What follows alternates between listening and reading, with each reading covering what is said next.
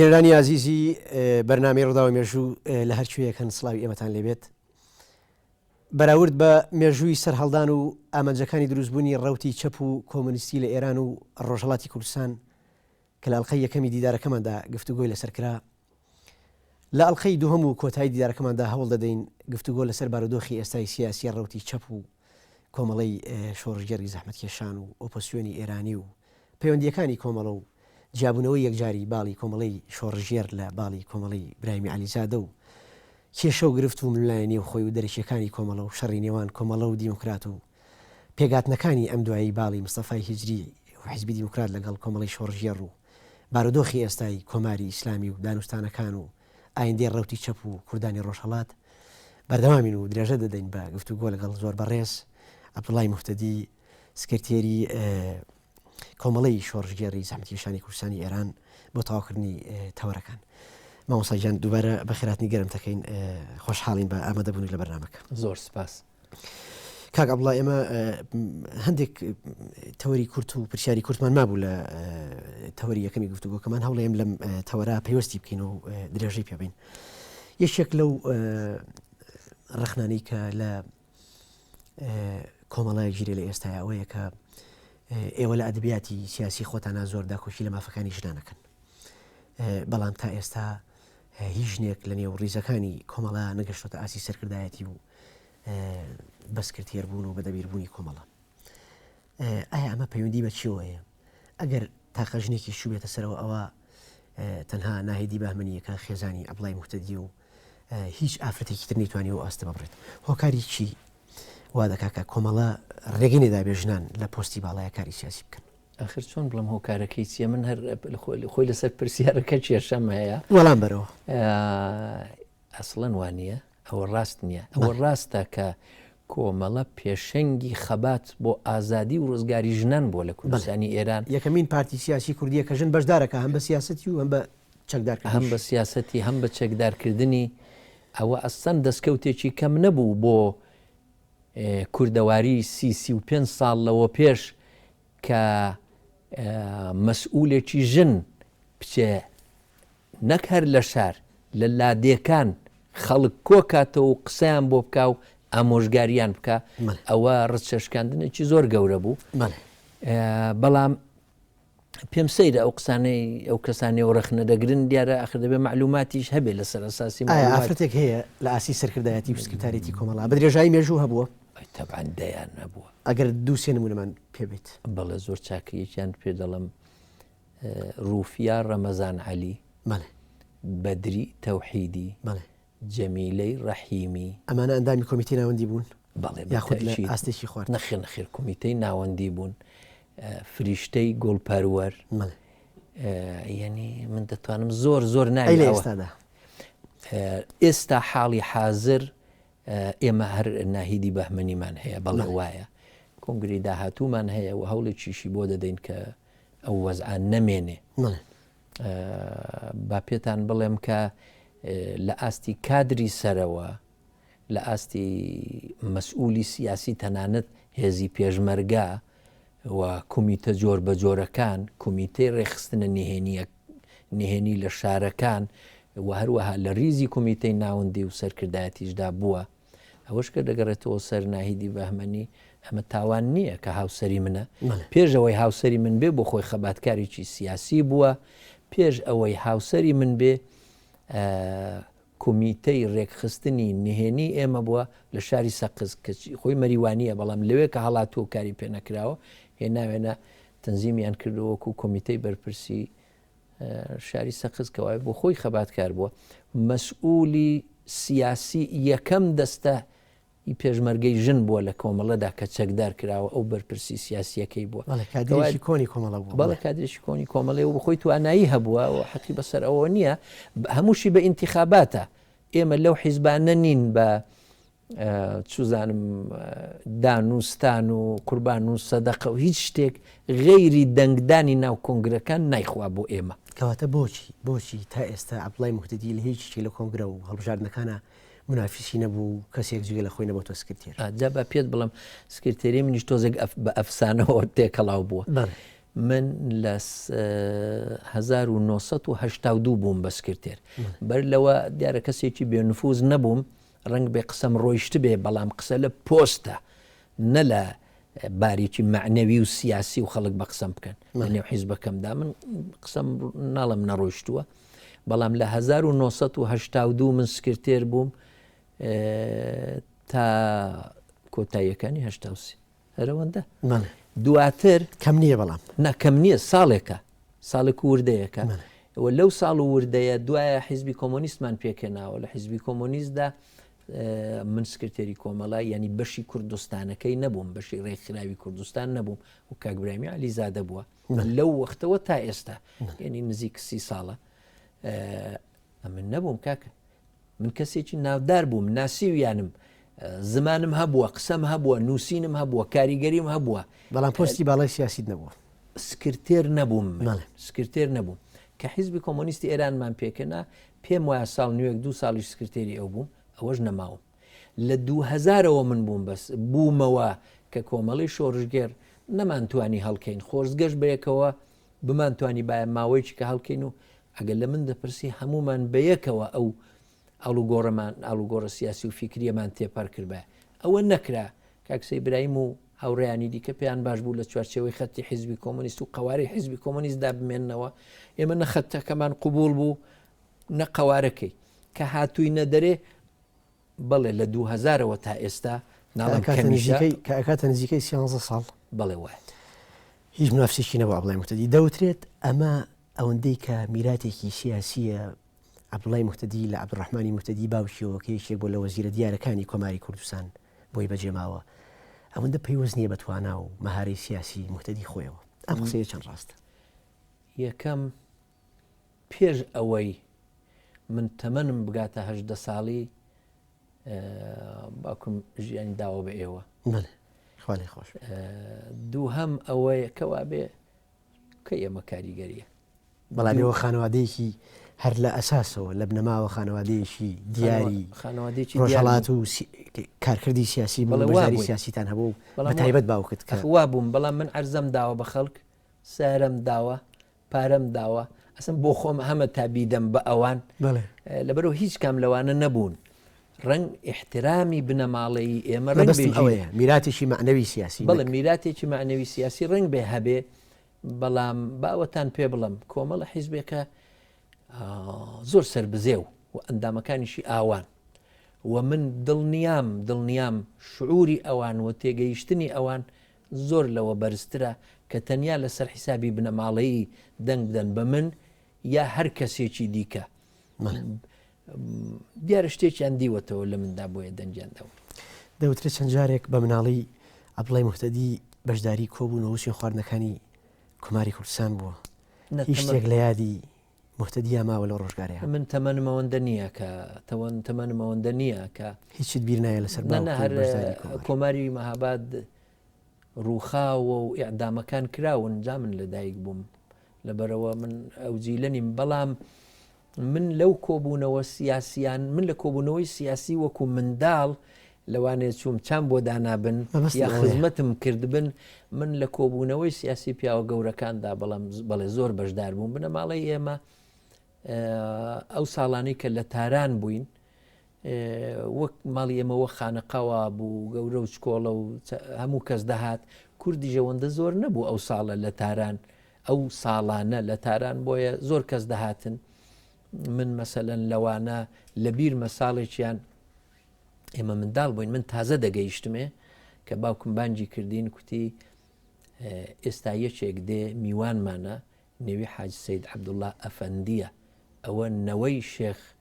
عوبەیدوڵڵای شەمزینانە ئەوە گەورەی کورد بووە ئەوانە بنەماڵەیەکی زۆر گەورن ئەگەر هات دەستی ماچکن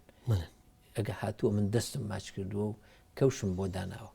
دیارە ئێستا شانازی پێوە دەکەمەوە لەوانەوە بگرە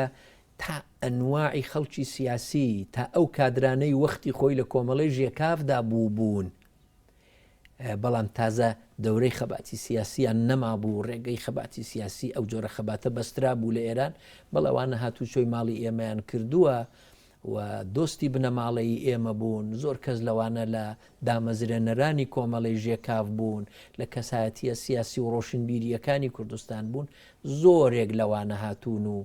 هاتوچۆی ماڵی ئێمان کردووە، هەروەک کەسایەتی ئێرانی مهمیش زۆر هاتوون جاوە ئێستا کاتی ناوبردنیان نەبێ، بەڵام زۆرێک لەوانە هاتوون من بە منداڵی زۆرێک لەوانم دیوە. هەتا دەوترێت باپیرتان واتە باوکی خاڵی خۆش بوو عەبدوڕەحمانی موحتەدی بەشدار و ئاگادار بوو لەو دانیشتەی کە مستەفا پاشای یامۆڵچی دێتە لای سمکۆی شکاک بۆ ئەوەی هاوکاری شۆڕشی شێخی نەبەر بکات. ئەوە چەند ڕاست؟ بەڵێ باپیری ئێمە کە نێوی بایز بووە ناسراو بۆ بە حاجی بایزاغای موحتەدی کە باوکی باوتانەکات. باوکی باوکمە بەڵێ ئێمە بە ئەسڵ لەلایەن باوکمەوە بنەماڵەیەکی عەشائیرین سەر بە عەشائیری دێبۆکرین، بەڵام لەو باپیرەمان بەملاوە ئەم زۆرێک دابوونەریتی عەشائیری وەلا ناوە بۆ خۆی خوێندوویەتی بە کوڕەکانی خوێندووە، جۆرێک ڕۆشنبیر و ئیسلاحخوازی سەردەمی خۆی بووە و فیکری کوردیش ئەو هێناویەتی. مستەفا پاشای یامۆڵچی ئەوە ئێمە لە باوکمان بیستووە، مستەفا پاشای یامۆڵچی کە لایەن خۆیشی و شێخ مەحموودیشەوە هاتووە بچێ بۆ لای ئسماعیل ئاغای سمکۆ، باپیرم لە دووی ناردووە توێتی وەرە لێرە لادە و لێرە شەو خەڵکت لەگەڵ دەنێرم بۆ نێو شکاکان، کە چەند ڕۆژێک لەوێ لایدا و باس و خواسییان کردو. زۆر باوکی من دەجێڕێتەوە دەڵە من گەنج بووم و لەوێ بەو قەناعەتە گەیشتم لەو مناقەشەی باوکی خۆی کە دەکاتە باپیرمان لەگەڵ مستەفا پاشای یامۆڵچی، لەوێ بەو قەناعەتە گەیشتم و ئەو فکرە لە مێشکی مندا چرۆیدا کە کوردیش دەبێت کیانێکی هەبێ، دەوڵەتێکی هەبێ. با شتێکتان لێرە بۆ بجێڕمەوە، دکتۆر کەریمی سەنجابی هەبوو، ئەوە جێگری دکتۆر مصدق بۆ وەختی خۆی لە کەسە گەورەکانی جەبهەی میلی ئێران بۆ زمانی مصدق و لە ئۆپۆزیسیۆنە ناودارەکانی زمانی شابوو. ئەمە لە عێلی سەنجاوین کوردن. مامی ئەو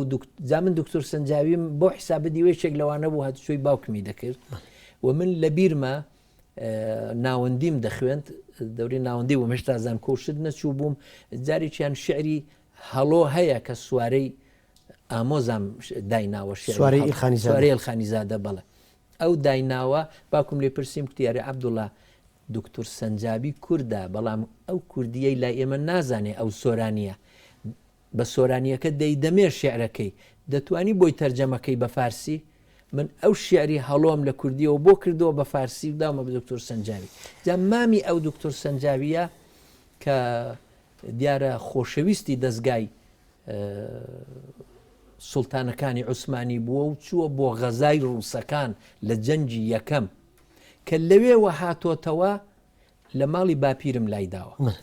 باپیرم ئەو وەختی گەنج بووە و ئێستا کتێبەکەی بڵاو بۆتەوە لە ئێران، دەڵێ لەگەڵ کەسێک بەنێوی بایز کە هەمان حاجی بایزاغای موحتەدیە لە ماڵیان میوان بووم و بە پێشنیاری سەرداری بۆکان کە ئەوان دایک باوکمانەوە خزممان بە پێشنیاری ئەوان چوینە ماڵیان، من پێم وا بوو کورد دەبێت لەگەڵ ئێران بن و لە ئەوان بناغی ئێرانیان داناوە، کەچی ئەو برادرە کێشەی زۆری لەگەڵ کردم، کوتی کورد بۆ خان میلەتن، میلەتێکی جیاوازن، دەوڵەتی خۆیان دەوێ، کیانی خۆیان دەوێ، کەوا بێ دەتوانم بڵم ئەوە چوو بۆ 100 ساڵێک ئەو فکرە لە باپیرم و لەوانەوە لە بنەماڵە ئێمەدا ماوەتەوە. بۆیەش منەوە بە تەواوی ڕەت دەکەمەوە فکری کوردی یەکێک لەو فکرانەیە کە هات ئێمە پێی گۆچ کراوین. زۆر باشە. لە ئەڵلقەی یەکەمی دیدارەکەمانە ئاماژەت بە لێکردنەوەی چەمکی ڕادیکاڵی کرد لە چەپ و کۆمەڵە. دەوتری لە ئێستا کۆمەڵی شۆڕژگەر کێشەی شوناسی هەیە، کێشەی ناسنامەی هەیە بۆی کە هەندێک جار داخۆشی چینایەتیەکە، هەندێک جار داخۆشی نەتەوایەتیەکە، هێشتا ساخ نەبۆتەوە لە بینی فیدراڵێت و سوسیال دیموکراتە، سەرەتا لەگەڵ کۆمونیستەکان یەکە گرن دواتر جا ئەبنەوە. پێت وایە ئەم ئیشکالی شوناسی کۆمەڵی شۆڕژگەر پەیوەندی بە چیەوە هەیە؟ فەیسەڵ با پێتان بڵم بەدەگمەن حیزب و ڕەوت و تاک هەبووە لەم 50 ساڵەدا گۆڕانی بەسەر نەهات بێ،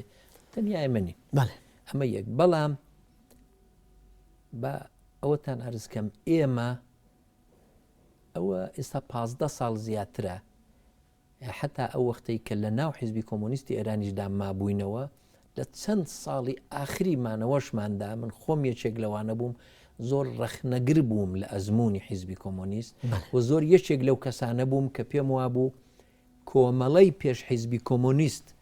خەتەکەی ڕاست و دروستتر بووە و زۆرتر بە قازانجی کورد و بە قازانجی کۆمەڵانی خەڵکی کوردستانە و ئێمە دەبێ بچینەوە سەر ئەو خەتە و عاقیبەتیش وەختێک زۆر قسەکان چەند ساڵ ئەو قسە توولی کێشا و کۆنگرە و سمینار و نووسرا و شتی زۆر لەسەر کرا سەرنجام جیابووینەوە کەوا بێ من پێم وایە پێم وابوو ئێستاش پێم وایە ئەزمونێک کە لە جیهاندا بە ناوی کۆمۆنیزم ناسراوە ئەو ئەزمونە شکستی هێناوە نابێ جارێکی دیکە ئێمە بچینەوە سەر ئەو خەتە بەڵام عەداڵەت و دادپەروەری کۆمەڵایەتی خزمەتکردن بە چینە چەوساوەکان و هەوڵدان بۆ ئەوەی کە پشکی ئەوان لە ئابووری و سیاسەتی وڵاتدا پشتێکی شیا و گونجاو بێ ژێرپێ نەخرێن و پاماڵ نەکرێن ئەو شتێکی زۆر ڕاستە و هەموو حیزبی سۆسیال دموکراتەکانیش ئەوە دەڵێن و 150 ساڵیشە لە ئوروپا هەوڵی بۆ دەدەن ئەمە ناکۆک و ناتەبانیە لەگەڵ کوردایەتی و کوردبوون و خەبات بۆ ڕزگاری کورد چێ دەڵە کورد دەبێ هەر لەلایەن دەستە ڕاستیەکانەوە چێ دەڵە سۆسیال دموکرات و چەپ و پێشکەوتن خوازی کورد نابێ کوردستان ڕزگارکەن چێ دەڵە دوانە ناتەبان لەگەڵ یەکتر بەڵێ بەڵام مەبەستەکە ئەمەیە ئێوە لەگەڵ هەڵتنتان بۆ کوردستانی باشوور حیزبی کۆمۆنیست دروستەکەن و لەگەڵ ساهەندیەکان یەکەگرن لە کاتێکا دەوترێت بەڕێزجەلات تاڵەبانی داوای لە ئێوە کردووە کە لەگەڵ ساهەندیەکان یەک نەگرن هۆکاری دروستبوونی حیزبی کۆمۆنیست و دواتر یەگرتنی ئێوە لەگەڵ ساهەندیەکان و دواتر جیابوونەوەتان پەیوەندی بە چیەوە هەبوو تۆ یەکێک بووی لەوانەی کە ئاڵا هەڵگری ئەو بوویت بەڵام دواتر پاشگەزی بیتەوە پێ وایە کە یەکێک لە هەڵە مێژوویەکانی کۆمەڵە ئەوە بۆ کە تێکەڵ بە حیزبی کۆمۆنیست بوو وایە ئەم ئینقیلابە بەسەر فکری موحتەدیا پەیوەندی بە چیەوە هەیە ئەگەر شی بکەیتەوە بۆ بینەران یەکەم جارێ مام جەلال و زۆر دۆستی دیکەش داوایان لێکردین خۆزگا وەختی بە قسەمان کردبیان بەڵام نەتان کرد بەڵام نەمان کرد ئەوە ڕاستە دووهەم ئەوەیە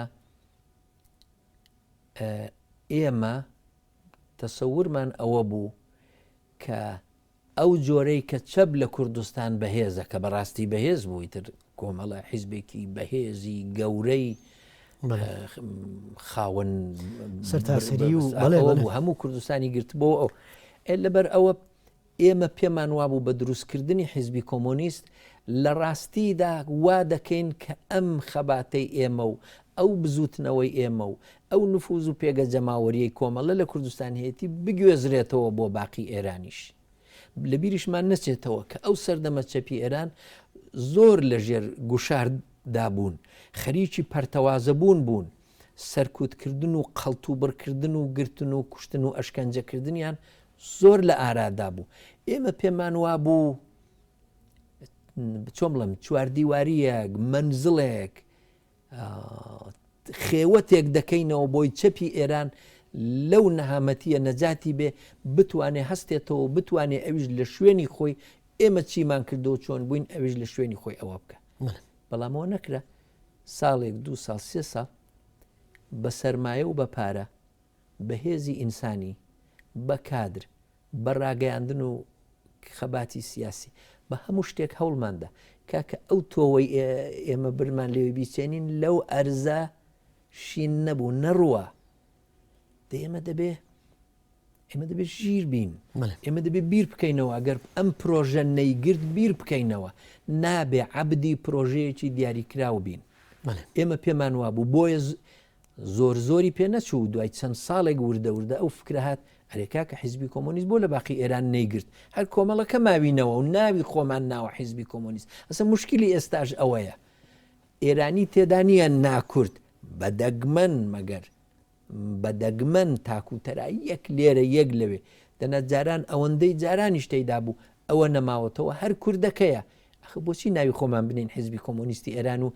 لە خۆمانی بگۆڕین کەوا بێ پێمان وابوو بەڵێ من وردە وردە بۆ قەناعەتە گەیشتم کە وردە وردەش بۆ قەناعەتە گەیشتم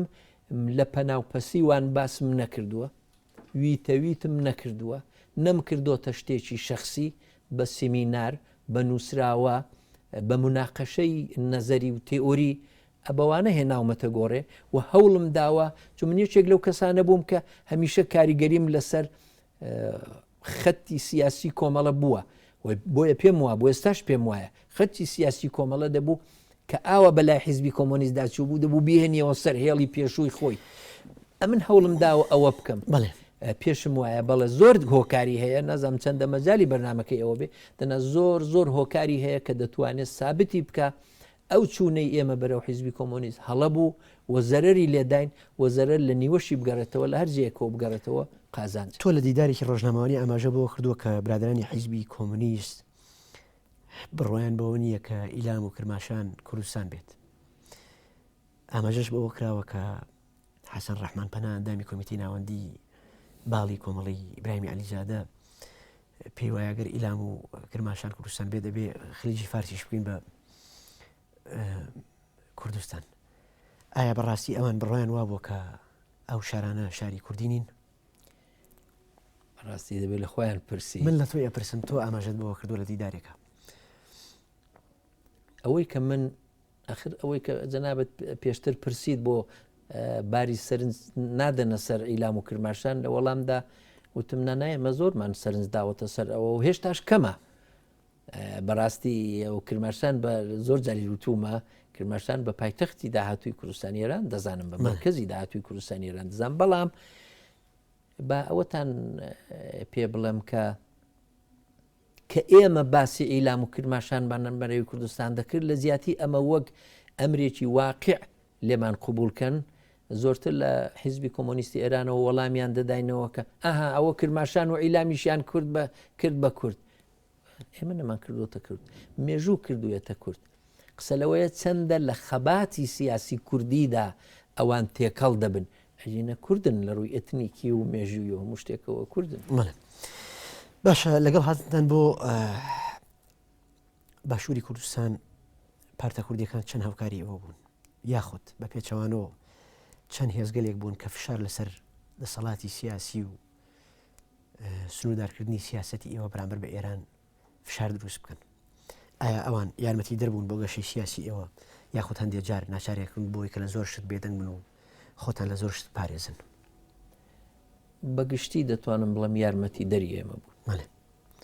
بەڵام نەشتوانین ئەوە نادیدە بگرین کە ئەوانی التیزاماتێکیان هەیە و دەوڵەتی کۆماری ئیسلامی ئێرانیش دەوڵەتێکی بێڕەزا و بێبەزەیی و بە بڕوای من بێ پەیمانە و ئەم کیانەی کوردی لە باشووری کوردستانیش ئەگەر نائیلاج نەبوایە ئەوەشی قبول نەدەکرد هەتا توانیشی نەیهێشت سەر بگرێ بەڵام کە ئێستا سەری گرتووە دەبێت تەعامولێکی لەگەڵ بکە. بۆیە ئێمە ئەو ئیلتیزاماتەمان زانیوە بەڵا هەندێک مەحدودیەت و هەندێک بەرتەسکردنەوە هەتا هاتووە زۆرتر بووە بە سەرکاری ئێمەدا ئەوەش ناتوانین نادیدە بگرین. دەوترێت ئەپڵای موحتەتی زیاتر لە برادرانی یەکێتیەوە نزیکە و هەندێک جار پەیوەندی نێوان سەلاحەدینی موحتەدی برایی کردوتە هۆکارێک بۆ نزیک بوونەوەی لە یەکێتی و وەرگرتنی هاوکاری لەو حیزبە و کۆنتاکتێکی سیاسی. ئەم قسەیە چەند ڕاستە؟ کاک سەلاحەدینی موحتەدی خۆی کەسایەتیەکی سەر بەخۆیە